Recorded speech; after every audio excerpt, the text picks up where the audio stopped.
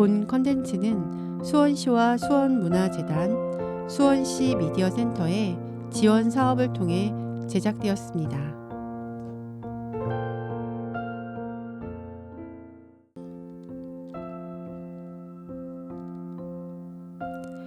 안녕하세요.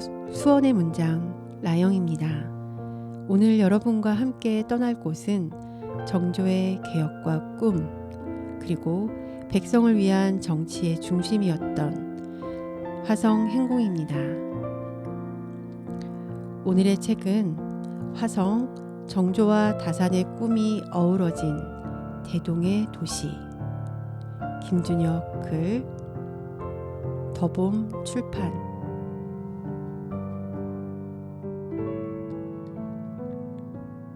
조선 최대의 행궁. 정조가 백성 속으로 들어가 꿈을 실천하고자 했던 공간. 오늘 우리는 그 행궁의 탄생과 몰락, 그리고 부활의 여정을 들려드리려 합니다.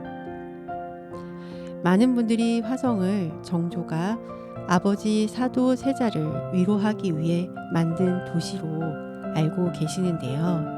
그런데 이 책은 그 선택 뒤에 정치적 의지가 있었다고 설명합니다. 개혁 군주, 정조의 꿈을 이룰 수 있는 곳은 바로 화성이었다. 정조의 건처는 곧 화성 행궁이었다. 정조는 생부, 사도세자로 인하여 자신의 왕권이 부족하다는 점을 인식했고, 강력한 왕권을 바탕으로 개혁을 추진할 수 있다고 판단했다. 그러니까 정조는 화성을 정치적 기지이자 새로운 수도 후보지로까지 바라본 셈이었죠. 사도세자의 현룡원을 수원으로 옮기면서 행정 중심지 또한 새로 마련해야 했고, 그 과정에서 화성은 팔달산 동쪽 지역으로 확장되었다. 정조의 꿈은 단순한 능원 조성에 그치지 않았습니다. 새로운 정치, 문화, 경제의 도시를 만들려는 종합 계획이었죠. 그 중심에 바로 화성 행궁이 있었습니다. 화성 행궁은 얼마나 큰 규모였을까요? 책 내용에 숫자가 명확히 나옵니다. 1차로 340칸의 화성 행궁이 지어졌고, 1794년부터 시작된 화성 건설이 물꼬를 트면서 행궁의 규모는 확대되어 1796년에는 576칸으로 확장되었다. 그 당시 조선에서 이런 대규모 목조 건물을 단기간에 짓는다는 것 자체가 엄청난 국력과 의지를 보여주는 장면이었습니다. 정조의 화성 행차 시에 머무는 단순한 행궁 개념이 아닌 장기적인 계획 아래 정치, 경제, 사회, 문화의 중심지로 설계된 공간이었다. 즉 정조가 생각한 화성 행궁은 당대 조선의 종합 행정 허브였던 셈입니다. 하지만 정조가 갑작스럽게 승하하면서 이 행궁의 운명도 험난해집니다. 정조 사후에는 화성의 백성들조차 행정 중심 기능이 약화되면서 행궁의 시설은 빠르게 파괴되기 시작했다. 여기에 더해 일제강점기는 화성 행궁에게 치명적인 시기였습니다. 화성 행궁의 파괴는 곧 민족의 아픔이었다. 백성을 위한 위민 정치의 공간이 일제 식민 지배를 위한 공간으로 변한 것은 조선 백성으로서 용납할 수 없는 일이었다.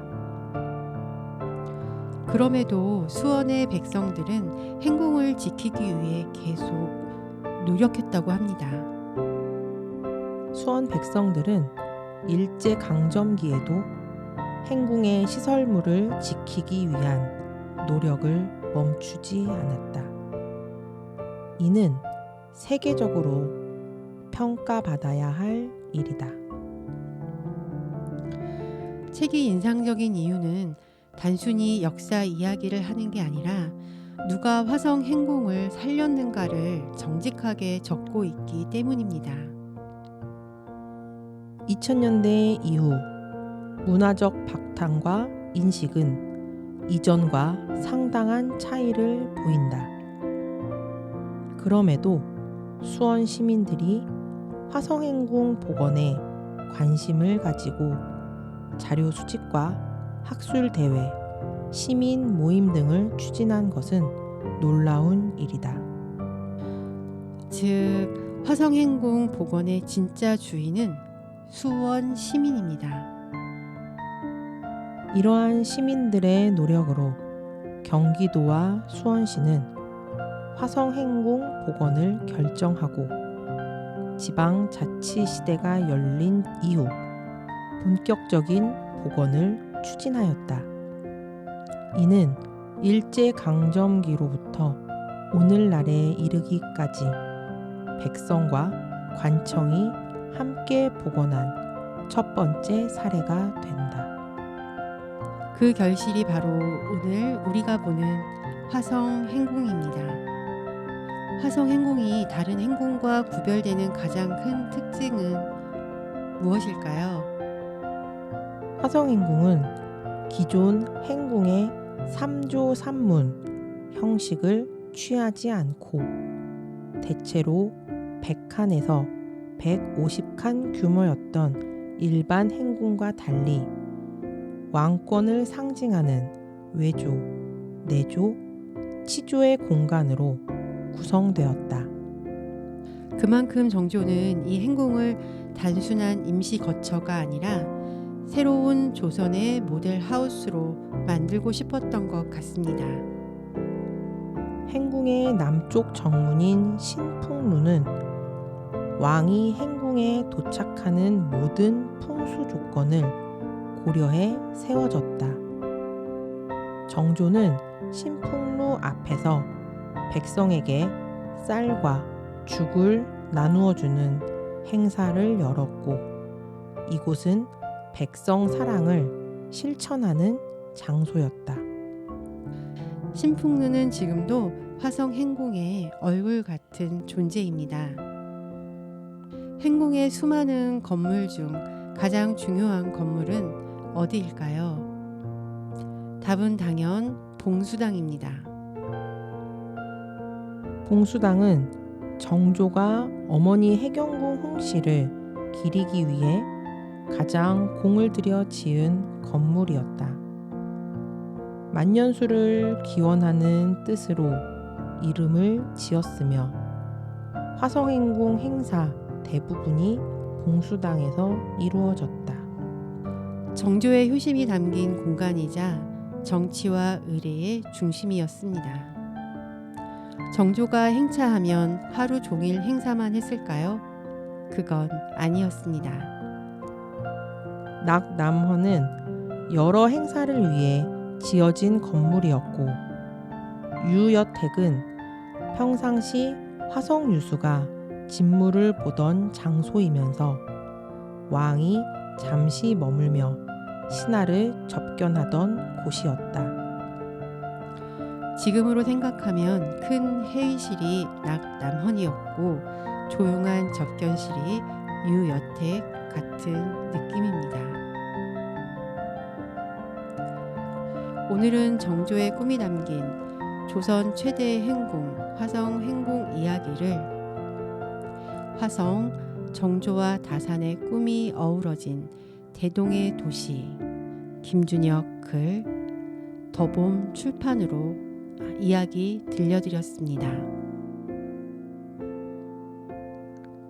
화성행궁은 단순한 건축물이 아니라 정조가 꿈꿨던 백성이 중심이 되는 나라의 상징이었습니다.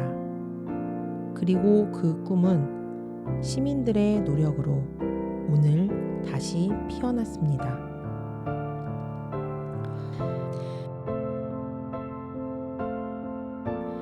여러분도 화성행궁을 걸어보세요. 정조가 바라보았던 풍경, 백성을 생각하던 마음이 눈앞의 길 위로 고요하게 전해지실 거예요.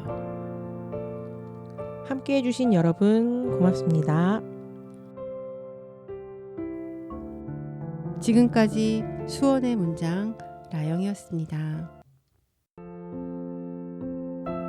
본 컨텐츠는 수원시와 수원문화재단, 수원시 미디어센터의 지원 사업을 통해 제작되었습니다.